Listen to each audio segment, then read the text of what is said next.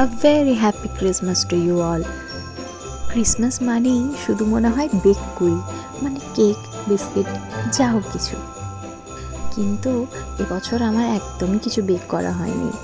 Bakery থেকে আনা এই বিস্কিটগুলো চটপট তুলে রাখছি।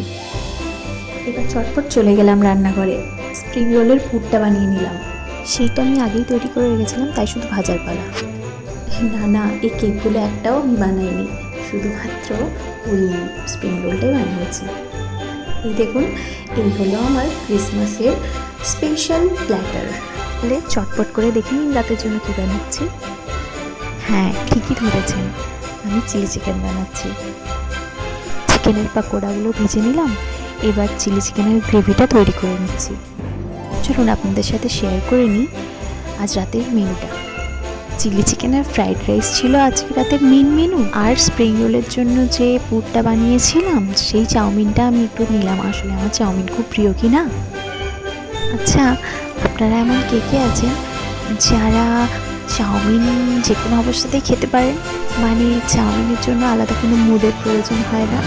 আমার তো খুবই ভালো লাগে চাউমিন খেতে। সবাইকে অ্যাডভান্স হ্যাপি নিউ ইয়ার। খুব ভালো কাটুক আপনাদের 2025।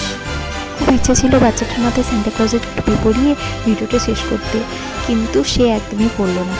তা আমি টাটা করছি। যাই হোক, ভালো থাকুন, সুস্থ থাকুন, and once again merry Christmas.